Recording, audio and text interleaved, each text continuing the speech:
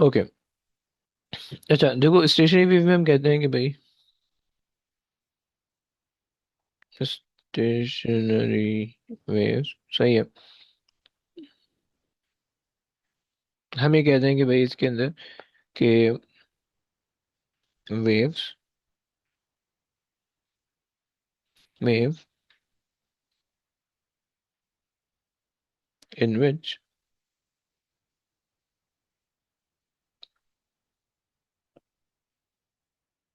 energy oscillates between the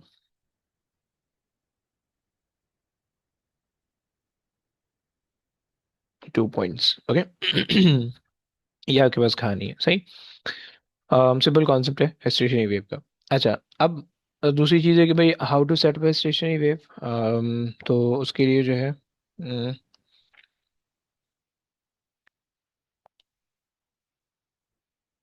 set up या setting up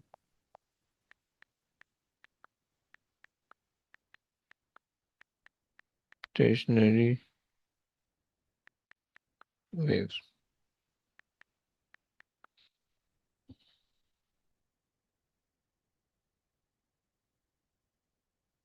सही। अच्छा, अब स्टेशनरी वेव के अंदर जो है ना, वो हम ये कहते हैं कि भाई इसकी दो पॉसिबिलिटी हम हमारे पास हो सकती हैं। पहली, सही है,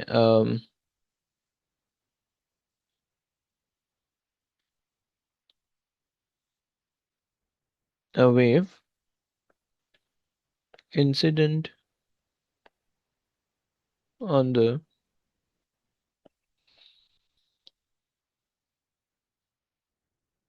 surface and get reflected.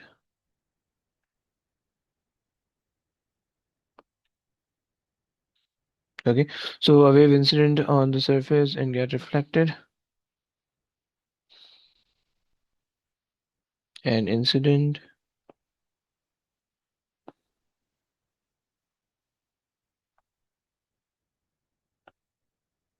reflected wave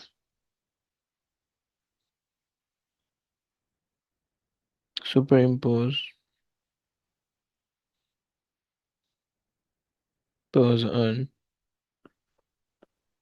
each other,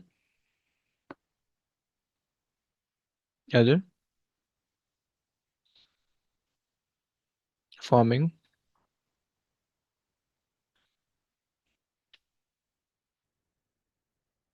nodes and antinodes।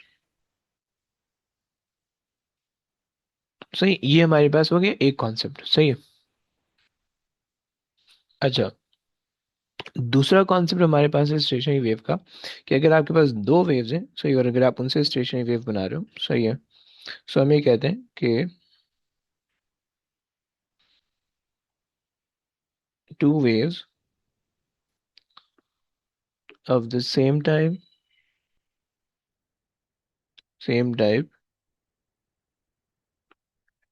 moving in the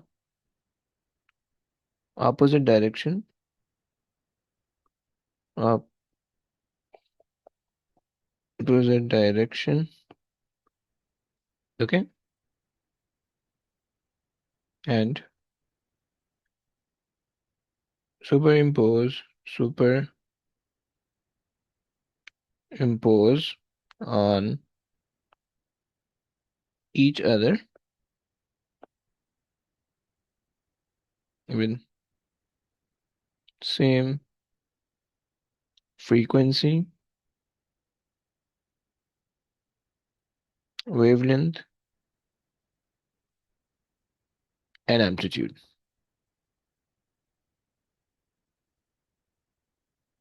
okay, informing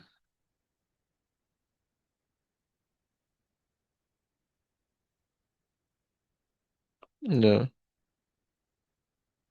series of nodes and antinodes, right? तो ये आपके पास जो है ना दो कॉन्सेप्ट होते हैं कि आपके पास जो है ना स्टेशनरी वेव आपके पास होती है। सही, स्टेशनरी वेव क्या होती है, वो अब बता दिया। सही कि उसकी एनर्जी ऑसिलेट नहीं होती, एनर्जी दो पॉइंट के बीच में वो मूव कर रही होती है। सही, यानी एनर्जी ट्रांसफर नहीं होती, एनर्जी दो पॉइंट के बीच में ऑसिलेट कर रही होती है, पहली बात होगी। फिर सेटअप किस तरह से करोगे स्टेशनरी वेव को? सो स्टेशनरी वेव को सेटअप करने के लिए या तो आपके पास एक वेव हो, सही है, वो एक वेव जाएगी, सही है, और वो एक वेव आप सामने किसी भी सरफेस से रिफ्लेक्ट होके फिर वापसी आएगी। सो इंसिडेंट और रिफ्लेक्टेड वेव जो है जब वो सुपर इम्पोज होंगी, सही है, सो तुम्हारे पास जो है ना वो एक स्टेशनरी वेव बन जाएगी, राइट। या दूसरा पॉसिबल केस कि स्टेशनरी वेव हम बना रहे होंगे हमारे पास जो है ना दो वेव्स होंगी moving in the opposite direction and super impose होंगी, सही है। तुम इसकी सबसे आसान एग्जांपल है कि तुमने देखा होगा कि अगर तुम्हारे पास पेन के ढक्कन होते हैं, पेन के ढक्कन में अगर तुम हवा फूको तो उससे सीटी बजती है, right. That is the simple concept of stationary wave. ये बोतल होती है, बॉटल के अंदर अगर तुम हवा फूको, हवा ब्लो करो तो सीटी बजती है, right. That is the stationary wave, right. तुम अपनी सीटी की इंटेंसिटी कम या ज्यादा कर दोगे तो, या अपनी फूक की इंटेंसिटी कम या ज्यादा करोगे तो उससे वो चेंज नहीं होगी। It is specific to the frequency, right. कि फ्रीक्वेंसी अगर एक स्पेसिफिक फ्रीक्वेंसी होगी तो फिर वो स्टेशनरी वेव आएगी, वरना नहीं बन पाएगी, राइट। सो ये तुम्हारे पास कॉन्सेप्ट है। अच्छा, यहाँ पे हमने बात की नोड्स और एंटी नोड की, पहले तो उसको समझ लेते हैं कि नोड्स क्या होते हैं और एंटी नोड क्या होते हैं। सो नोड के अंदर हम कहते हैं नोड, सही है। नोड्स के अंदर हम कह रहे होते हैं कि भाई पॉइंट्स विद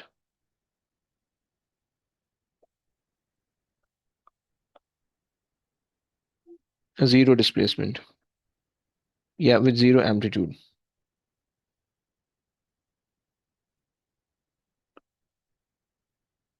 सही हो गया। और एंटी नोड,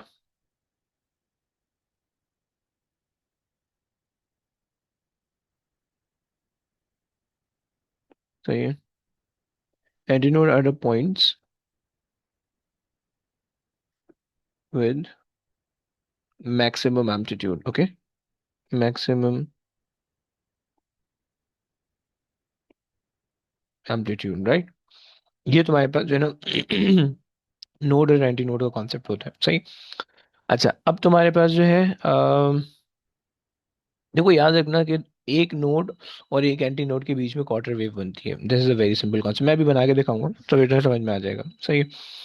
लेकिन सबसे पहले कुछ इसकी डिफरेंस बिटवीन लिख लेते हैं, फिर उसके बाद जो है ना इसकी बात करेंगे, सही है। सो हमारे पास जो है अगर हमारे पास आती है प्रोग्रेसिव वेव,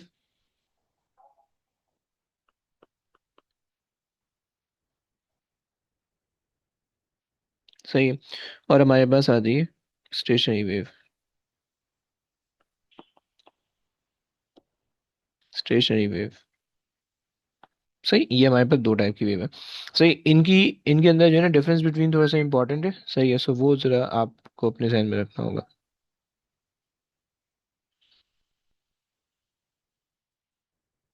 सही। सो ये आ गया।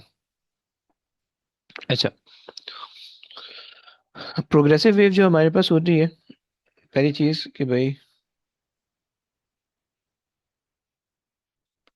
प्रोग्रेसिव वेव ट्रांसफर्स एनर्जी, सही है। And stationary wave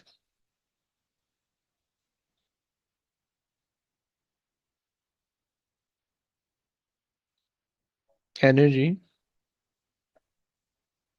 oscillate between the two points, सही। ये हो गया। Now second,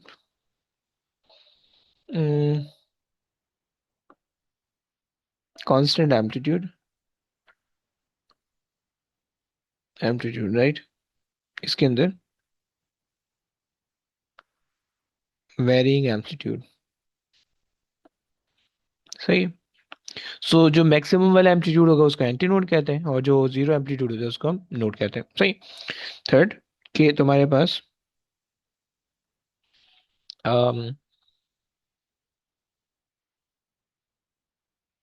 to points, to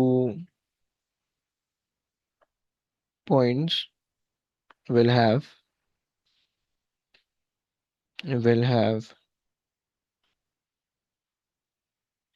some phase difference. सही हो गया।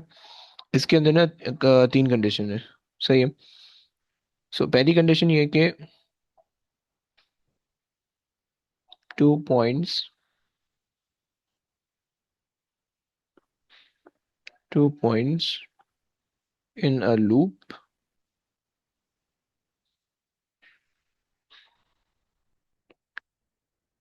will have zero phase difference। पहली बात हो गई। सही है। अभी लूप्स क्या है समझ में नहीं आएगा, डोंट वरी, अभी सिर्फ लिख लो, समझा भी देता हूँ। सही है। सेकंड चीज, two points in consecutive loop will have 180 phase difference, right. ये देखो, ये जो वैल्यू मैं बता रहा हूँ ना, एग्जैक्टली यही सेम वैल्यू तुमने लिखनी है पेपर में। सही। अपनी तरफ से कोई इशारा नहीं करनी। सही, कोई कैलकुलेशन इसके अंदर नहीं होती। और तीसरा कॉन्सेप्ट के two points in alternating loop will have zero phase difference, right। ये इस चैप्टर का जो है ना तकरीबन सॉर्ट ऑफ एक समरी है। सही। इसके इसके अलावा इस चैप्टर के अंदर कुछ भी नहीं है। अब इसके जो है ना एक्सपेरिमेंट हमने समझने हैं कि एक्सपेरिमेंट्स के थ्रू हम इसको जो है ना कि हमारे पास जो है ना हम स्टेशनरी वेव बना कैसे सकते हैं। सही। तो सबसे पहले तो तुम देख लो कि स्टेशनरी वेव बनती कैसे है। सही, आओ यूट्यूब पे जाते हैं। सही है। और स्टेशनरी नरी वेव्स। सही है। अबे यार क्या हो गया, कहाँ सर्च कर दिया। यूट्यूब का सर्च बार कहाँ है।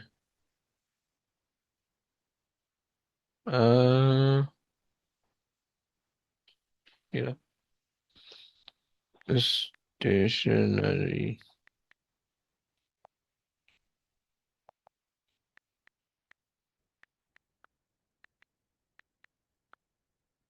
सही है। देखो स्टेशनरी वेव जो है ना वो इस तरह से तुम्हें दिखेगी, अगर तुम देखो। एक सेकेंड, तुम लोगों को भी आवाज आ रही है? अरे यार भाई।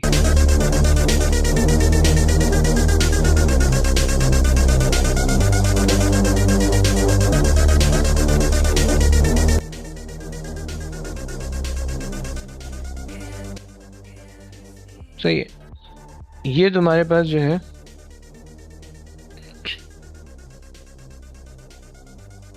एक स्टेशनरी वेव तुम्हारे पास बन रही है यार। एक तो यार क्या मसाइल है यार।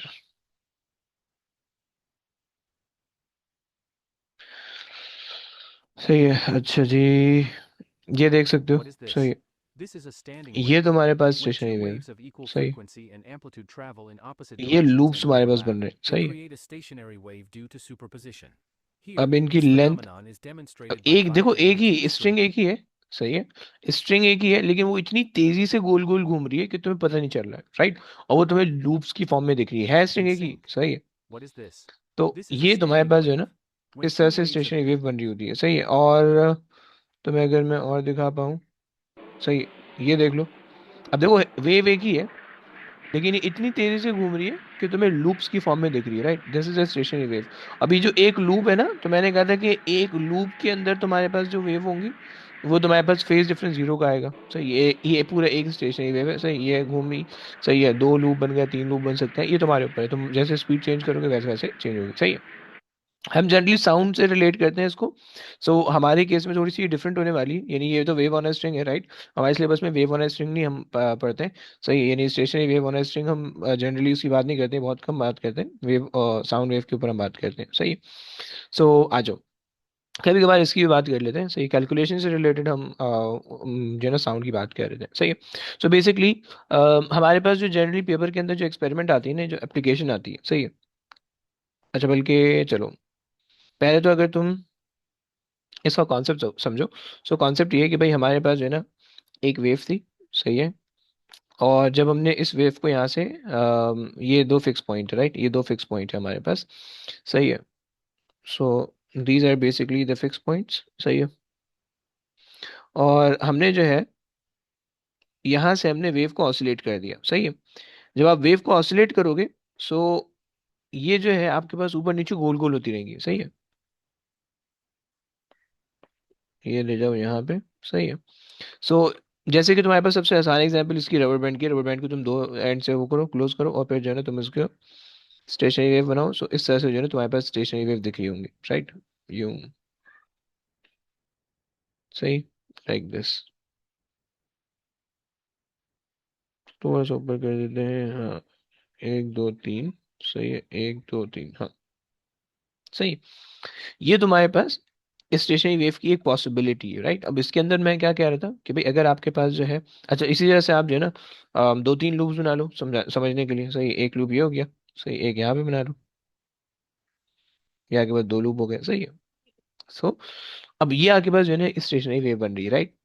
अब देखो अगर तो तुम एक स्ट्रिंग से बना रहे हो, तो जब वो एक स्ट्रिंग होगी तो वो या तो यूं होगी, सही, ऊपर वाला पोर्शन होगा, या तो फिर ये नीचे वाला पोर्शन, दोनों एक साथ तो एग्जिस्ट नहीं कर सकेंगे, राइट। हाँ, दो अलग अलग अलग वेज होंगी तो फिर वो एग्जिस्ट करेंगे, बट फाइन। अभी जो चीज मैं तुम्हें समझाना है, पहला पॉइंट तो ये है कि भाई ये जो डिफरेंस, ये जो डिफरेंट पॉइंट्स है ना, जैसे यहाँ से यहाँ तक, यार एक सेकंड, सही, जैसे ही तुम यहाँ से यहाँ तक आए हो, राइट। अब ये वाला जो पॉइंट है ये इसका एम्पलीट्यूड वाला पॉइंट है, राइट। यहाँ पे जो पार्टिकल होगा ना, वो पार्टिकल इससे ऊपर नहीं जा सकता, सही है। वो पार्टिकल इस डिस्प्लेसमेंट से ऊपर नहीं जा सकता, तो maximum displacement from the mean position amplitude हो जाएगा, सही। सिमिलरली अगर तुम्हारे पास यहाँ पे पार्टिकल होगा ना, तो वो पार्टिकल इस पॉइंट से ऊपर नहीं जा सकेगा कभी भी, राइट। सो इस पार्टिकल के लिए जो है वो जो आप कह रहे हैं कि भाई एम्पलीट्यूड होगा, भाई ये हो जाएगा, सही है। ये आपके पास हो जाएगा, सही है। और अब मैक्सिमम एम्पलीट्यूड तुम्हारे पास यहाँ पे आ जाएगा, मैक्सिमम एम्पलीट्यूड तुम्हारे पास ये आ जाएगा, सही है। ये मैक्सिमम एम्पलीट्यूड इधर आ जाएगा, सही है।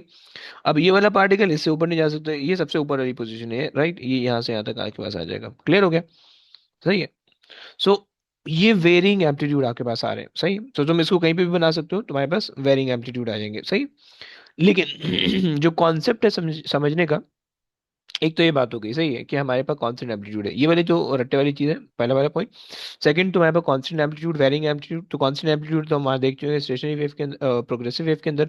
वेरिंग एम्पलीट्यूड यहाँ पे देखना है, सही, ये वेरी हो रहा है, ये वेरी हो रहा है, ये वेरी हो रहा है, हर हर पॉइंट पे अलग अलग एम्पलीट्यूड है, राइट। तीसरी चीज जो है फेज डिफरेंस। अब वहां पे फेज डिफरेंस का हमने फार्मूला पढ़ा था, राइट। यहाँ पे कोई फार्मूला यूज नहीं होगा, right. You use the formula for that, okay. वहां पे हमने क्या किया था, यूज फार्मूला, राइट। यहाँ पे कोई फार्मूला नहीं यूज होगा, ओके। सो यहाँ पे don't use formula, okay, don't use formula.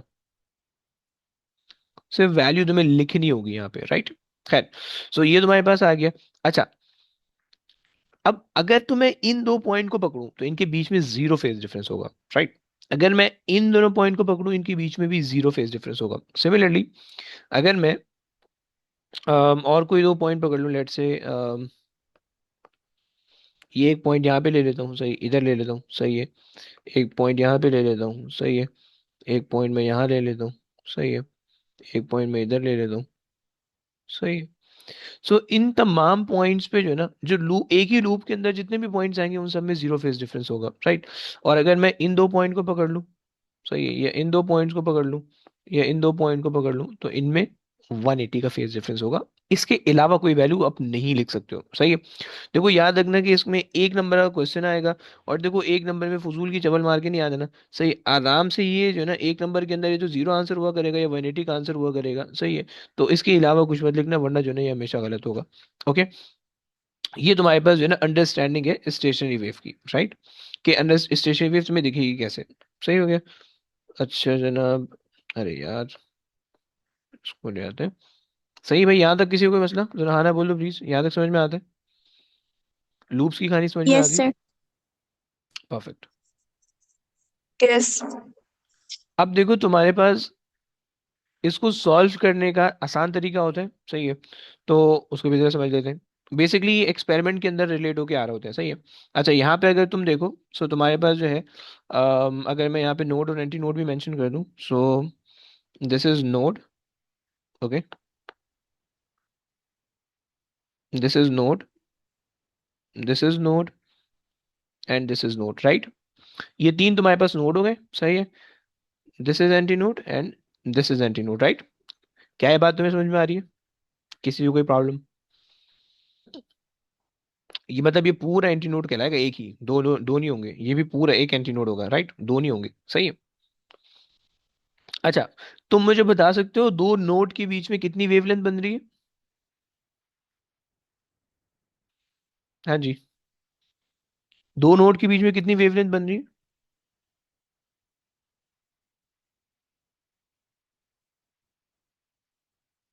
हाँ जी, एनीवन?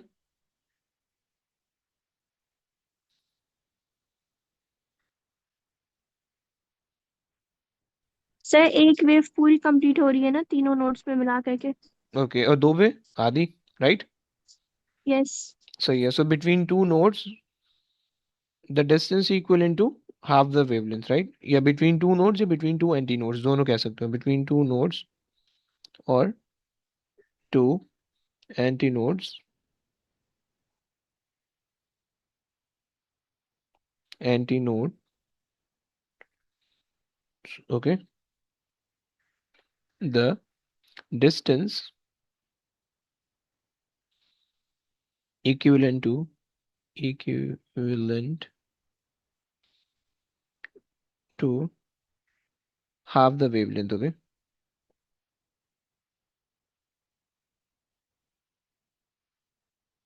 राइट। एक बात हो गई, सही है। याद रखना, दूसरी चीज, between a node and an antinode, ये कितनी वेव तुम्हें दिख रही है? हाँ जी, how many wave? Yes, quarter wave. Quarter wave, quarter, very good very good, सही है। सो आप कह रही हैं कि भाई, so between a node and adjacent adjacent antinode,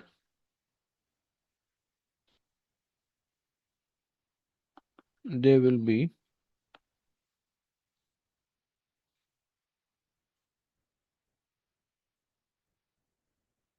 quarter wavelength, okay,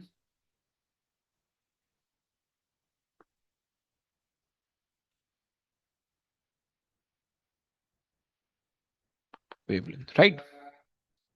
अच्छा, यहाँ तक बात समझ में आ गई तुम लोगों को, सही है।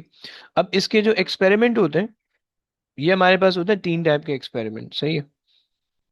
सो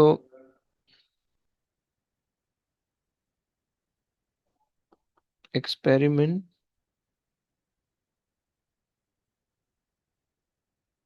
रिगार्डिंग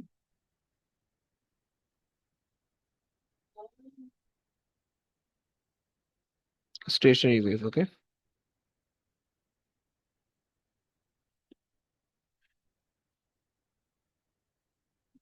सही। आपके पास आता है साउंड, सही, यानी हम स्टेशनरी वेव बना रहे हैं using sound, stationary wave using light, सही है, stationary wave using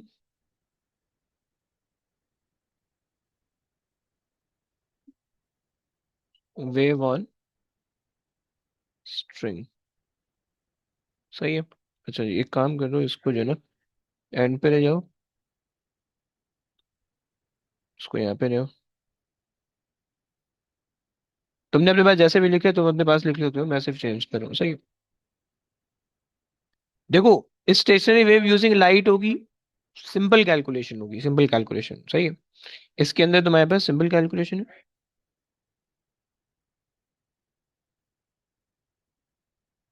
simple calculation, सही है। इसके अंदर सिर्फ ड्राइंग है, ड्राइंग है, और इसके अंदर जो है वो तुम्हारे पास थोड़ी सी difficult calculation, okay, difficult calculation, right. ये तीन चीजें तुम्हारे पास जो कि हमने एक्सपेरिमेंटेशन से रिलेटेड काम है, यानी बेसिकली एप्लीकेशन से रिलेटेड काम है, सही है। सो अब हमने इसको करना है। सो अब लेट से हमारे पास जो है ना वेव हमें दी हुई है उसने, कि हमें जो है ना ये वेव दी है, बस ये आखिरी चीज है, उसके बाद एंड करते हैं, सही है? जिस तरह से तुम्हें एग्जाम में क्वेश्चन आते हैं बहुत तरह से, सही है। लेट से ये मुझे ये दी हुई है वेव, ओके, सही है। मुझे ये वाली जो ये जो मुझे दिख रहा है, ये मुझे दिया हुआ है t is equal to T naught, right. हम इसको क्या कह रहे हैं, t is equal to zero कह रहे हैं, राइट। यहाँ पे मुझे इसने t is equal to T naught दिया हुआ है, राइट। मुझे इसने वेव्स की फ्रीक्वेंसी दी हुई है 250 हर्ट्स, राइट। सही, हमें मेनली काम होता है टाइम पीरियड से, तो फ्रीक्वेंसी वो निकाल लो, क्या बोलते हैं, इससे पीरियड निकाल लो, कितना आता है? आई थिंक 4 मिली सेकेंड आएगा।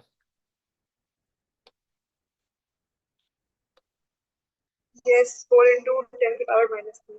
सही है, 4 मिली सेकेंड आ रहा है, सही है, फाइन। अच्छा, अब क्वेश्चन में मुझसे कह रहा है कि भाई draw at t is equal to T not plus 2 millisecond, right.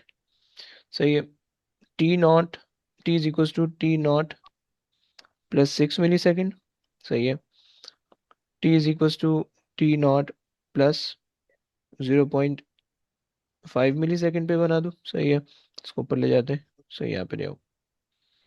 और आपसे कह रहा है कि सही है, ये आपके पास आ गया। अच्छा जी, और आपसे क्या कह रहा है? आपसे कह रहा है कि भाई लेट से ये आपके पास, अच्छा लास्ट एक आखिरी चीज ये ले लो, t इज इक्वल टू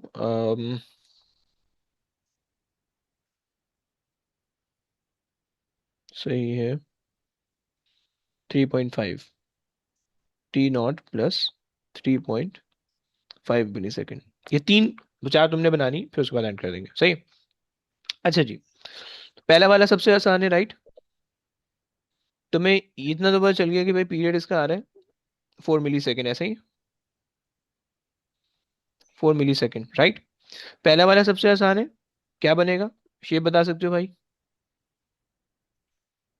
हाँ जी, पहले वाले का शेप बता सकते हो प्लीज? Reflect हो जाएगा. ओके, क्योंकि एग्जैक्टली हाफ पे आ रहा है, right. So at t is equal to T naught, अब टी नॉट तुम इग्नोर कर सकते हो, मतलब उसने सिर्फ तंग करने के लिए तुम्हें टी नॉट लिखा हुआ है, राइट। सो 2 मिली सेकेंड का मतलब है कि एग्जैक्टली रिफ्लेक्ट होगा, ये ऊपर चले जाएगा, सही है, और ये नीचे आ जाएगा, राइट। सही हो गया, पहली होगी। अच्छा जी, टी नॉट प्लस 0.5, हाँ जी, स्ट्रेट लाइन। Flat होगी. फ्लैट, बिल्कुल सही हो गया, स्ट्रेट लाइन। एक सेकेंड, सही है। सो ये आपके पास एक आ गई, सही है। और आप जो है वो ये आपने बना दी, t is equal to zero पे फ्लैट लाइन, फ्लैट लाइन आ गई, ओके, सही है। अच्छा जी, तीसरी t is equal to T not plus 6, उस पर क्या होगा?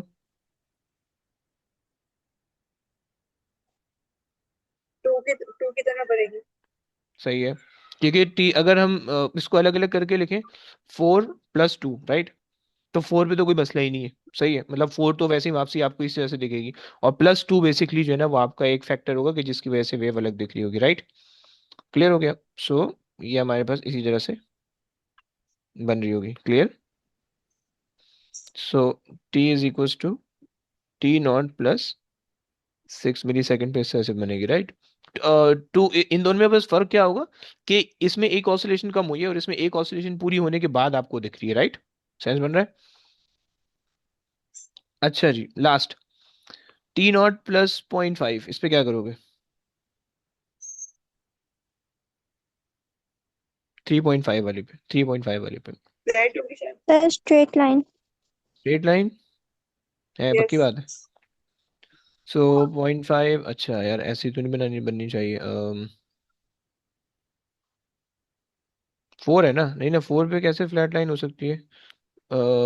देखो ना, फ्लैट लाइन तो तब होगी अगर तो ये 4 है, सही है। सो 2 पे फ्लैट लाइन होनी चाहिए, नहीं? तुम लोग क्या कहते हो? क्योंकि exactly half the time period पे, नहीं sorry, exactly half the time period पे रिफ्लेक्ट हो जाती है, राइट? सो 4 पे 2 पे जो है ना रिफ्लेक्ट हो गई, सही है। 0.5 पे सही है। 3.5 पे चलो सही है। तो 3.5 पे भी आपने ऐसी बना दी, लो ये तो इतना आसान हो गया, ऐसा तो नहीं चाहिए मुझे। ओके चलो, एक और क्वेश्चन ले लो, आखिरी एक पार्ट। सही है, अगर मैं लेट से बोल दूं तुमसे 3.75 पे, सही है। So T is equal to T not plus 3.75 पे लेट से, आप कैसे बनेगी?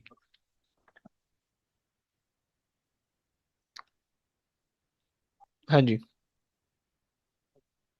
अब बेसिकली बीच का बन रहा आधी होगा, राइट? फ्लैट होगी और आधी नीचे जा रही होगी।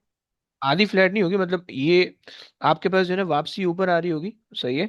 यानी यहाँ से अगर आप इसी चीज को लेंगे, सही है, इसी चीज को अगर आप लें, सही है। सो अच्छा जी, एक सेकेंड। सही है, सो ये थोड़ा सा जनरेट हुआ होगा, सही है। और ये भी थोड़ा सा जनरेट हुआ होगा, राइट? सही, इस तरह से ये आपको दिख रही होगी, सही। देखो पूरी पूरी वेवलेंथ अपीयर होने के लिए कितना चाहिए तुम्हें? 2.5 तक जब जाओगे तो फिर पूरा अपीयर हो जाएगा, राइट? टू तकरीबन 2 तक जाओगे तो पूरा अपीयर हो जाएगा, राइट? और मैं अभी जो है ना तकरीबन, इसको यार 2 तक ले लेते हैं, सही। मैं अभी तकरीबन जो है वो कहाँ पे हूँ? 0.75 में मैं खड़ा हूँ, राइट? 0.5 से 0.75 में, तो सम वॉट बीच में बन रही होगी वेव, राइट? ना तो पूरी कंप्लीटली जीरो होगी स्ट्रेट लाइन, ना तो उससे ज्यादा होगी, सही। सो सम वॉट यहाँ पे थोड़ा सा ऊपर कर लेते हैं इसको, इस तरह से बनेगी, क्लियर? ये एक रेयर केस है, कभी कभार आता है, जनरली नहीं आता, राइट? समझ गए हो? हाँ यस सर। जी। चलो बस अब आज की कहानी तक रखते हैं, अब कल की क्लास में जो है ना वो हम फिर साउंड के बारे में करेंगे। और फिर उसके बाद जो है ना ये चैप्टर कंप्लीट हो जाएगा, सही। चैप्टर तो वैसे हो चुके हैं, बस इसकी एप्लीकेशन के थ्रू इसको समझना है, सही। हमने इसके सही। सुपर पोजिशन के जो थ्योरी क्वेश्चन है प्लेटो पे वो हम्म। करवाएंगे क्या? वो भी करने हैं, सही। पहले इसको सही कंप्लीट करते हैं, फिर उसके बाद जो है ना उसको भी उसको देखेंगे, सही है। है।